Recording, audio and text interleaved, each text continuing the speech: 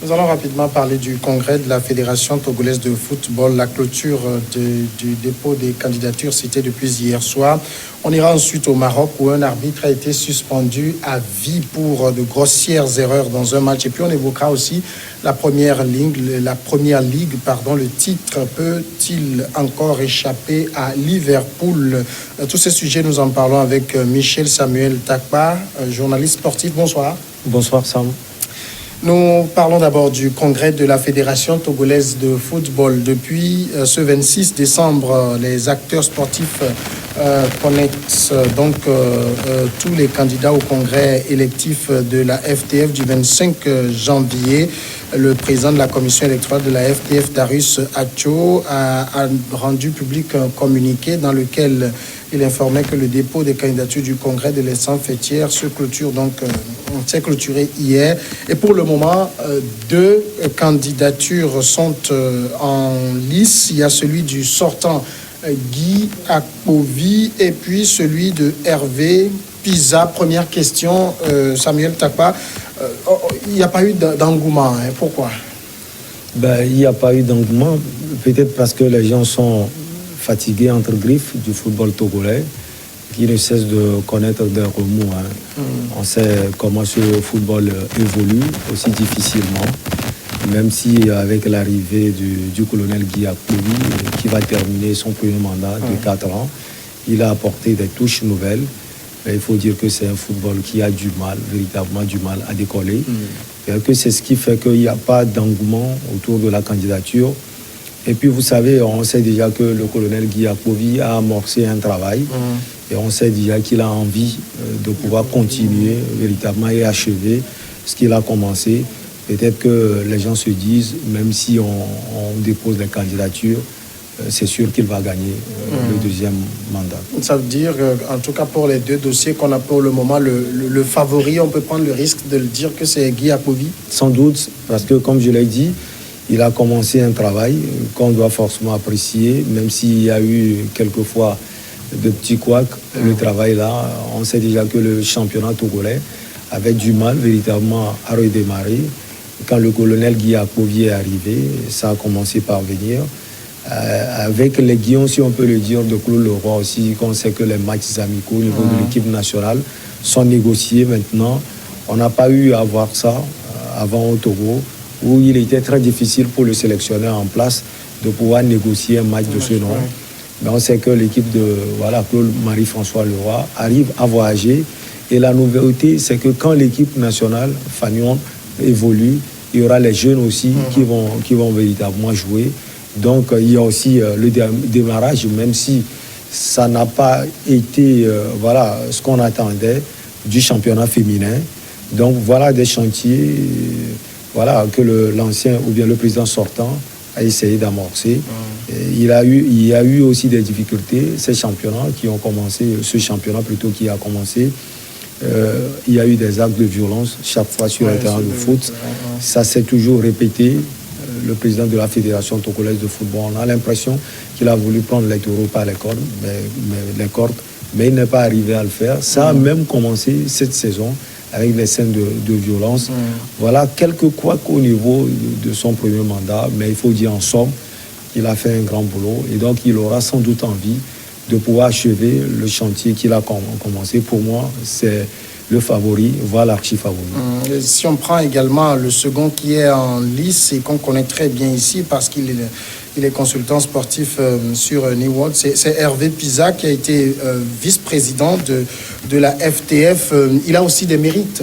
Il a sans doute des mérites parce que n'est pas donné à n'importe qui d'être vice-président de la Fédération togolaise de football. C'est sûr que durant le mandat de son mentor, il a eu beaucoup à apprendre. Et puis c'est un féru du football qui maîtrise les rouages du football. J'ai eu quand même la chance de suivre sa conférence de presse où il a promis beaucoup de choses au football togolais. Je ne suis pas surpris parce que comme vous l'avez dit, c'est quelqu'un qui vient déjà sur les plateaux de New York TV et qui, on sent véritablement qu'il a la maestria de ce football. Et donc il peut aussi apporter beaucoup de choses. Et puis aujourd'hui, quand vous voulez asseoir une politique, il faut avoir des hommes pour le faire avec vous. Et quand je vois l'équipe de Hervé Pisa, pas mal, donc il s'est entouré de véritables personnes pour pouvoir faire le travail. Mais vous savez, le Togo a aussi une particularité. Lorsque les candidatures se font, surtout au niveau de la Fédération togolaise de football, il faut se dire qu'il y a un aiguillon derrière. Pour moi, l'aiguillon du colonel Guy Apovi, on le connaît déjà. Il y a sans doute un aiguillon pour M. Hervé Pisa aussi. On verra véritablement. Mais comme je l'ai déjà dit, qu'on voit déjà le travail amorcé par le colonel Guy Apovi, pour moi, c'est l'archi favori. Alors, côté corps électoral, il y a eu aussi quelques petites incompréhensions à ce niveau. Hein. Oui, il y a des incompréhensions, comme on en a toujours eu au Togo, au niveau du corps électoral. On sait déjà que c'est souvent les représentants ou bien les présidents de clubs qui votent. Bien, vous savez, quand ces élections approchent, c'est aussi l'achat de conscience, c'est tellement de choses qui se passent, et donc forcément il y a des couacs. Le président sortant a quand même, si on peut le dire, cette puissance de pouvoir déjà traiter avec les différents présidents de fédération. Maintenant, est-ce que Hervé Pisa aussi a cette capacité de pouvoir le faire? Le couac vient d'où? C'est sans doute l'achat de conscience et autres, mais on verra véritablement, parce que depuis quelques saisons, on sait que les élections sont faites plutôt avec plus de clarté. Notre second sujet, c'est le Maroc. Nous évoquons donc la situation de cet arbitre suspendu à vie pour de grossières erreurs dans un match. Un arbitre marocain, il s'appelle Hicham Tiazi, 44 ans, a été suspendu à vie pour avoir sifflé 4 pénaltys très discutables, dont 3 visaient la même équipe lors d'un match de première division. C'est ce qu'a annoncé la Fédération marocaine de football. Il a été exclu à vie à la suite de grossières erreurs d'arbitrage ayant affecté l'issue de la rencontre samedi entre l'Olympique de Kouriga et la Youssoufia de Berechib. Ce qu'on lit dans le communiqué de la FRMF. Comment on peut arriver à siffler 4 pénaltys contre... en tout cas 3 contre une même équipe dans une rencontre. Ça arrive souvent comme ça? On peut comprendre, c'est un match de football. Ça peut arriver de siffler même 5 pénaltys. S'il y a des pénaltys, on doit les siffler. Maintenant, moi, j'ai eu la chance de suivre la vidéo de cette rencontre du championnat tunisien. Il faut dire que quand même, il a exagéré parce que ce sont des pénaltys imaginaires. Il a sifflé 3 pour une équipe olympique de Bourguiba et puis un pénalty pour Berechid. Voilà, et ces 3 pénaltys ont permis à l'équipe d'Olympique de pouvoir remporter la partie. 4-1. Voilà, 4-1. Il faut dire que la Fédération tunisienne de football n'est pas une petite fédération. Marocaine plutôt, n'est pas une petite fédération. Elle a l'habitude de suivre véritablement ses arbitres et donc elle a vérifié les actions. Et ce sont des actions discutables. Et donc ce qui pousse cette fédération marocaine à sanctionner cet arbitre. C'est dommage parce qu'à 44 ans, je pense que cet arbitre a encore tellement de choses à apporter, non seulement au football marocain, mais aussi au football africain. Voilà, pour moi, c'est un âge plutôt choisi pour faire des bêtises, c'est dommage. Et le fait d'avoir sifflé des pénaltys discutables, on ne lui a pas cherché des circonstances atténuantes, on a comme l'impression. C'est très difficile de pouvoir en chercher quand vous suivez les images de cette rencontre. Bon, je suis un spécialiste de football. Il peut arriver qu'on se trompe sur des actions, sur des pénaltys. C'est d'ailleurs pourquoi on a introduit aujourd'hui la VAR et autres. Maintenant, répéter ces mêmes choses 3 fois ou 4 fois, c'est là où on peut se dire que voilà, il y a quelque chose qui se cache derrière. Vous savez que aujourd'hui, nous sommes en une période où il y a d'achat de conscience au niveau de ces arbitres qui sont les maîtres d'une rencontre de football. Voilà, une équipe ou bien un dirigeant d'une équipe ou un autre peut venir vers vous pour pouvoir acheter cette rencontre. Et ça passe souvent par des coups de sifflet sur des pénaltys parce que là, c'est une occasion nette qui peut quand même se dérouler dans une surface de réparation. Et il vous appartient à vous seul, vous qui êtes le maître du champ, de pouvoir siffler ces pénaltys. Donc, je pense que c'est la répétition quand même de cette bévue qui entraîne cette sanction, même si la sanction pour moi, est lourde, puisque c'est une sanction à vie, mais il faut quand même dire que c'est un exemple pour les autres arbitres, non seulement marocains, mais aussi africains. Ça veut dire que ce qu'on a plutôt sanctionné, c'est peut-être qu'il aura été corrompu par, en tout cas, l'équipe à qui ces pénaltys ont profité. C'est surtout cela qu'on a voulu sanctionner. Les enquêtes, sans doute, vont continuer pour véritablement voir ce qui s'est passé, puisque, comme je l'ai déjà dit, le football marocain, c'est un football aujourd'hui pris comme exemple en Afrique, à part celui égyptien, tunisien, sud-africain et peut-être nigérian. Voilà, donc voilà, on va véritablement vérifier, mais il faut dire que sans doute il y a quelque chose qui est sous-jacent dans cette rencontre de football. Alors, si on a sanctionné l'arbitre, est-ce que ça ne devrait pas avoir un impact sur la rencontre elle-même? Oui, un impact sans doute sur la rencontre. Maintenant, on ne sait pas si la fédération va se dire la rencontre est déjà jouée, les 3 points vont à Olympique, ou bien on va rejouer véritablement la partie. Là, ça dépend de la commission d'une commission de la Fédération marocaine de football. Mais on ne peut pas sanctionner quand même l'arbitre sans être allé enquêter pour voir si éventuellement cette équipe n'a pas cherché à subjuguer l'arbitre et tout. C'est dans le communiqué qui est sorti de la Fédération marocaine de football, on n'a pas fait mention d'une équipe ou d'une autre qui a essayé d'acheter l'arbitre, comme on le dit souvent. Mais je pense que, comme vous l'avez dit, il y a sans doute quelque chose qui s'est révélé après. C'est d'ailleurs ce qui a engendré cette sanction un peu plus lourde. Le troisième et dernier sujet, c'est la Première Ligue.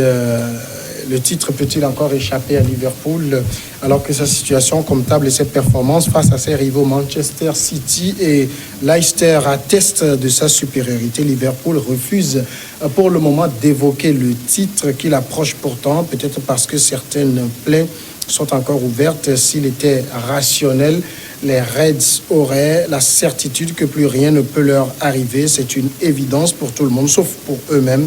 Malgré leur éclatante victoire face à leur dauphin Leicester City, les Reds refusent toujours d'évoquer le titre qui leur tend pourtant les bras. Est-ce qu'on comprend cette communication-là? On voit le titre, on sait que de toute façon on l'aura, mais on ne veut pas en parler comme si c'était déjà un acquis. En tout cas, pour le moment, ce n'est pas encore fait. Et il faut dire que même si les Reds cette saison ont joué 18 rencontres de Première Ligue, ils en ont gagné 17 avec un match nul à l'appui. C'est une performance, on ne peut plus extraordinaire. Mais je pense que c'est une pure communication dans la mesure où ils ont eu, comme vous l'avez dit tout à l'heure, il y a des plays. De 1990, l'année de leur titre, à l'année écoulée, on a vu des rebondissements dans le parcours quand même des Reds de Liverpool. Même l'année écoulée, en début de saison, on les voyait plus venir. Dans la mesure où l'année surpassée, on a vu plus les Sky Blues qui ont montré véritablement du répondant. Ils ont pris de l'avance sur les Reds de Liverpool. Mais l'année passée, on pouvait dire que Liverpool pouvait gagner le titre. Sauf que, dans les toutes dernières journées, Liverpool a véritablement péché. Et donc, Jürgen Klopp, on le connaît, il fait de la communication. Il ne veut pas quand même pousser ces jeunes à se dire que l'essentiel est fait. À 18 matchs joués, l'essentiel est fait. Il faut quand même pousser ces jeunes, il faut les aiguillonner à pouvoir continuer sur le même élan, histoire d'avoir tellement de points et de pouvoir avoir le titre. Maintenant, quand on voit la performance, comme je l'ai déjà dit, elle est extraordinaire. L'essentiel est de continuer ainsi pour ne pas laisser des points derrière. Je pense que le comble de cette prestation reste quand même cette victoire écrasante contre les Foxy à la maison au King Power Stadium, 4-0, quand on sait déjà que c'est difficile pour cette formation de Leicester d'encaisser des buts au cours de la saison et surtout à domicile. Est-ce qu'il peut, par extraordinaire, arriver quelque chose pour que Liverpool n'ait pas le titre? Il peut arriver parce que Leicester est derrière. Il y a aussi les Sky Blues de Manchester City qui peuvent toujours faire la pression. Il suffit que, vous savez, le football, quand on doute, on commence par douter, les mauvais résultats commencent par arriver. Et quand on est aussi dans une bonne dynamique, ça continue par aller positivement. Donc il suffit de 2 victoires, de 2 défaites d'affilée pour les Reds de Liverpool et le doute s'installe dans leur tête. Et donc on aura sans doute des codes performances, même si aujourd'hui il faut dire que Liverpool a une équipe rodée, non seulement pour la première ligue anglaise, mais aussi pour la Ligue européenne des champions. On sait déjà qu'ils ont gagné la Coupe du monde des clubs avec le même effectif. Ils ont tout pour pouvoir aller décrocher ce titre. Mais attention encore aux symptômes des années écoulées. Quand Jürgen Klopp dit « j'en ai vraiment rien à faire », on comprend que il ne crache pas sur le titre. Hein. Non, pas du tout, il ne crache pas sur le titre. D'ailleurs, c'est l'objectif cette saison. L'objectif, ce n'est pas si la Ligue des Champions vient, on l'a gagné, on prend. L'objectif, ce n'était pas la Coupe du monde des clubs. Ils ont pris cette coupe. L'objectif à signer cette saison, c'est la première Ligue anglaise parce que ça échappe à Liverpool depuis belle lurette. Et donc, voilà, il ne crache pas sur cela. Pour moi, c'est une pure communication. À quel moment Liverpool peut-il être véritablement à l'abri? Pour moi, à partir de la 25e, la 24e, 25e, 26e journée, si Liverpool continue sur cette dynamique avec toujours des victoires, et si on peut parler de défaite de cette formation, c'est peut-être un match nul. Je pense déjà qu'à partir de la 24e, voire 25e journée, on peut commencer par envisager des titres. Et Jürgen Klopp, le manager, l'a déjà dit, demandez à mes amis, je fête beaucoup, mais je préfère attendre, voir le titre en face et commencer par fêter. Michel Samuel Takwa, merci d'être passé répondre. C'est un plaisir.